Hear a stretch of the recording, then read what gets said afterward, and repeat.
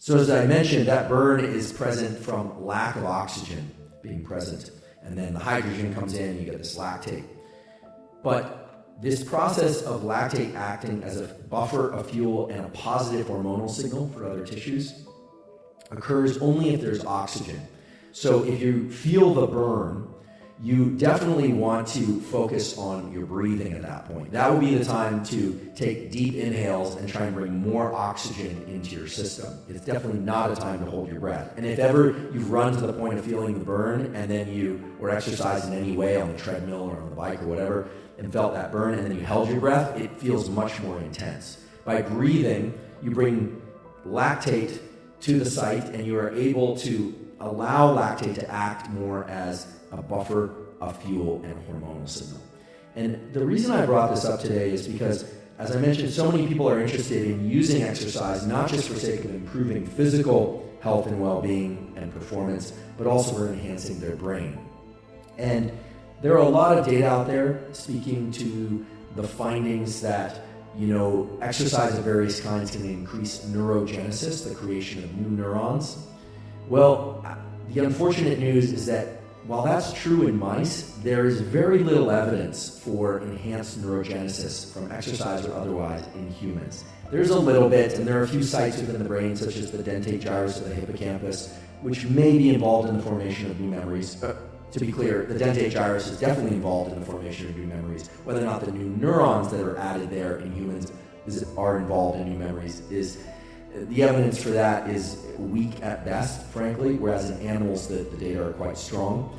But most of the data point to the fact that hormonal signals, things that are transported in the blood during exercise, are what are beneficial for the brain, and that those signals are not causing the increase in the number of neurons in the dentate gyrus or otherwise, that it's more about the health of the connections between the neurons, growth factors of various kinds, things like IGF-1. There's a long list of these things. So if you've heard that exercise increases the number of neurons in your brain, well, that's not true, and that probably is a good thing, frankly, because we always hear more neurons, as if it's a good thing. But the brain doesn't do so well with bringing in entirely new elements. It has a hard time negotiating that and making use of those new elements. We know about this from things like the cochlear implant, where deaf people are given a device where they suddenly can hear. Some people really like that. Deaf people really like that and can benefit from it. Other deaf people find that it's very intrusive, that it's hard to take an existing neural circuit in the brain and incorporate a lot of new information into it. So new neurons, as great as that sounds, more neurons, it actually might not be the best way for the nervous system to change and modify itself and to promote its own longevity. So when I tell you, not such great evidence for new neurons past puberty, that's what the data really show in humans. And I sort of knock back the data on exercise and neurogenesis.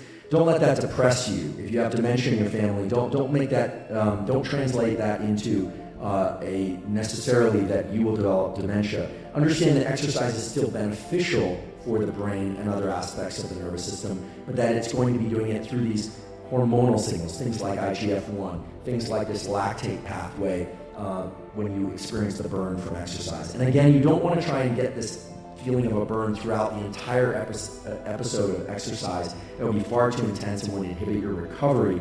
I don't think it would be good for performance either. It's only about 10% of your total effort in any one exercise bout that's going to give you this positive effect. So now you know how to devote a small portion of your exercise, 10%, in order for muscle and lactate to benefit other tissues, namely your heart, your liver, and your brain.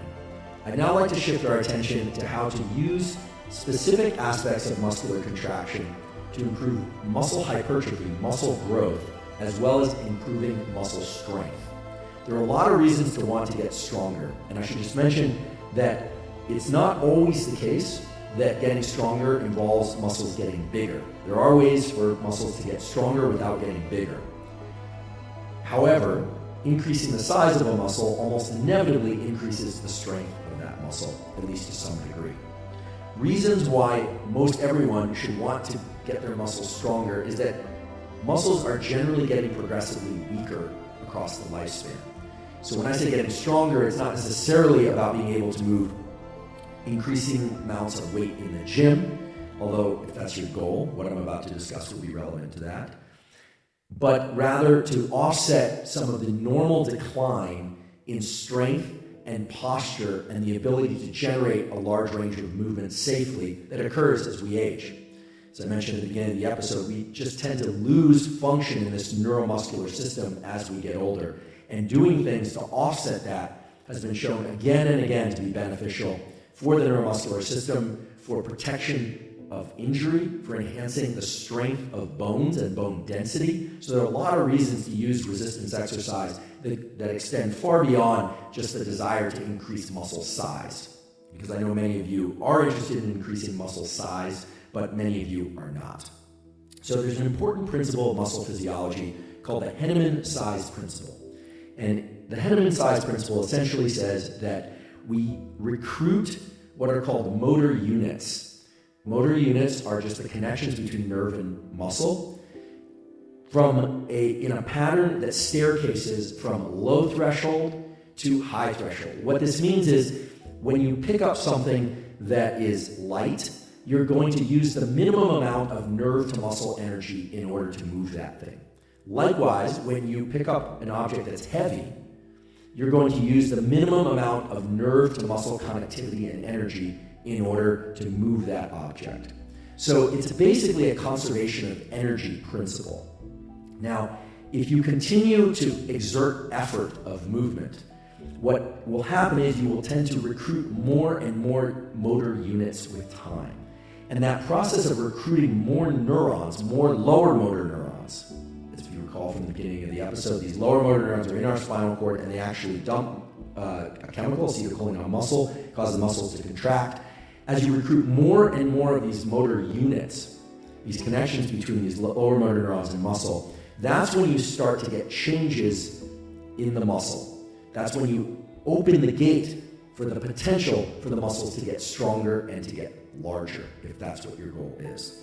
And so the way this process works has been badly misunderstood in the kind of online literature of weight training and bodybuilding and even in sports physiology.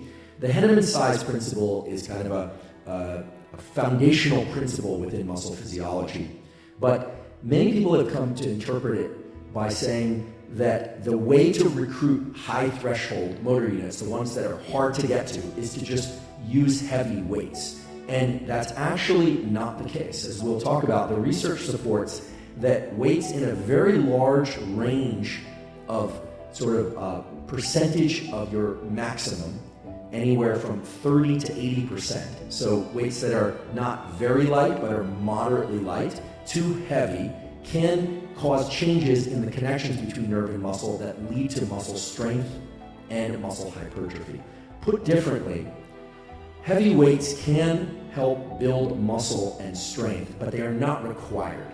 What one has to do is adhere to a certain number of parameters, just a couple of key variables that I'll spell out for you. And if you do that, you can greatly increase muscle hypertrophy, muscle size, and or muscle strength if that's what you want to do. And you don't necessarily have to use heavy weights in order to do that. Now, I'm sure the powerlifters and the people that like to move heavy weights around will say, no, if you want to get strong, you absolutely have to lift heavy weights. And that might be true if you want to get very strong, but for most people who are interested in supporting their muscular such that they offset any age-related decline in strength or in increasing hypertrophy and strength to some degree, there really isn't a need to lie about the Henneman size principle, which many people out there are doing, and claiming that you absolutely need to use the heaviest weights possible in order to build strength and muscle.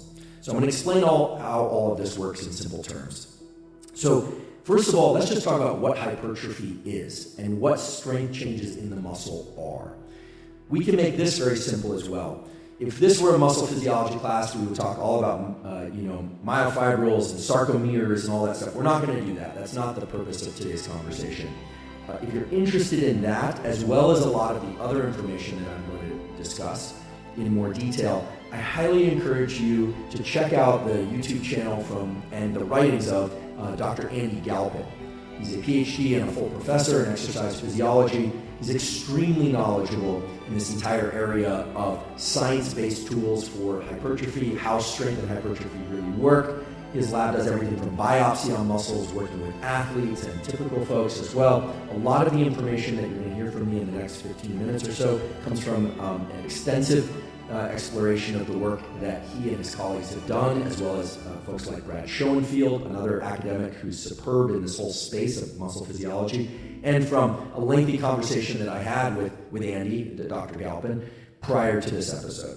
So if we want to think about muscle hypertrophy, we have to ask, what is changing when muscles get larger or stronger? And there are really just three ways that muscles can be stimulated to change. So let's review those three ways and talk about what happens inside the muscle.